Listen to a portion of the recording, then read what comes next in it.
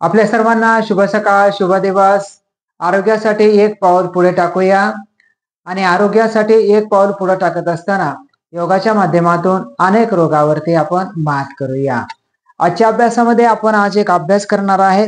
बऱ्याच जणांच्या टाचा दुखतात आणि मग हे टाच काही केल्यानं हे राहत येत नाही आणि मग बऱ्याच वेळेस माणसाला तकलीफ होते, चलता येत नाही, टाचेच्या भागामध्ये पाणी व्हायला लागतं. मग असं का बरं होत असेल, याचं काय कारण असेल? बघा, काही गोष्टी आपल्याला दैनंदिन जीवन जगत असताना आपल्याला काही गोष्टीचं पथ्य पाळायचं आहे. तर ज्यांच्या टाचा दुखतात अशा सर्व व्यक्तींनी तर उभा टाकून पाणी प्यायचं नाही. त्याच्यानंतर बसून पाणी तुम्हाला प्यायचं आहे. दुसरी गोष्ट की सारखं जे आंबट पदार्थ आहेत, जसं की लोणचं असेल, दही असेल, हे पदार्थ तुम्हाला खायचे टाळायचे आहेत. टाच राहिल्याच्या नंतर मग तुम्ही हळूहळू हे पदार्थ त्याच्यावर कंट्रोल ठेवून खायचा आहे. परंतु सुरुवातीला जे आपण खात असतो सारखं, त्याच्यावर मात्र तुम्हाला मात करायची आहे. आणि मग आता टाच जर दुखत असेल तर मग कुठला योगा करावा? तर बघा, अत्यंत सोपा योगा आहे. तर बघा, मी आता तुम्हाला करून दाखवतोय. तर घरी करत असताना तुम्हाला असा भिंतीचा आधार घ्यायचा आहे. भिंतीचा आधार घेतल्याच्या नंतर हा टाचेवरती तुम्हाला अभ्यास करायचा आहे. या टाचेवरती अभ्यास करत असताना किती वेळ अभ्यास करावा? तर कमीत कमी 5 मिनिटं तरी हा अभ्यास करणं गरजेचं आहे.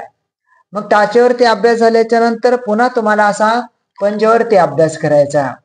पंजावरती अभ्यास करत असताना कमीत कमी 2 ते 3 मिनिट हा अभ्यास करायचा. नंतर कुठला अभ्यास करावा? नंतर पुन्हा दोन्ही पायाने हे तुम्हाला हे असं करायचं.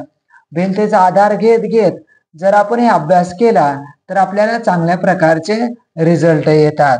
त्याच्यानंतर पुन्हा बदल करायचा. दोन्ही पायाचे मधल्या साईडनं पायावरती करत राहायचं.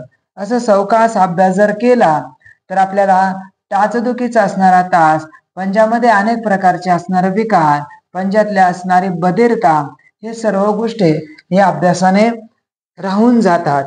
आणि हे करत असताना तर थोडेसे भिंतीचा आधार घेऊन जर केला तर आपल्याला कुठल्याही प्रकारचा प्रॉब्लेम येणार नाही.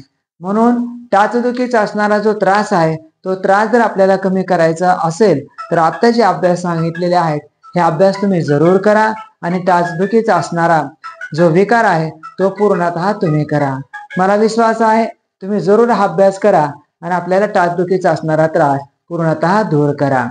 तर परत एकदा आपल्या सर्वांना शुभ सकाळ, शुभ दिवस. आरोग्यासाठी एक पाऊल पुढे टाकूया आणि अनेक समस्या दूर करण्यासाठी योगा करूया. ओ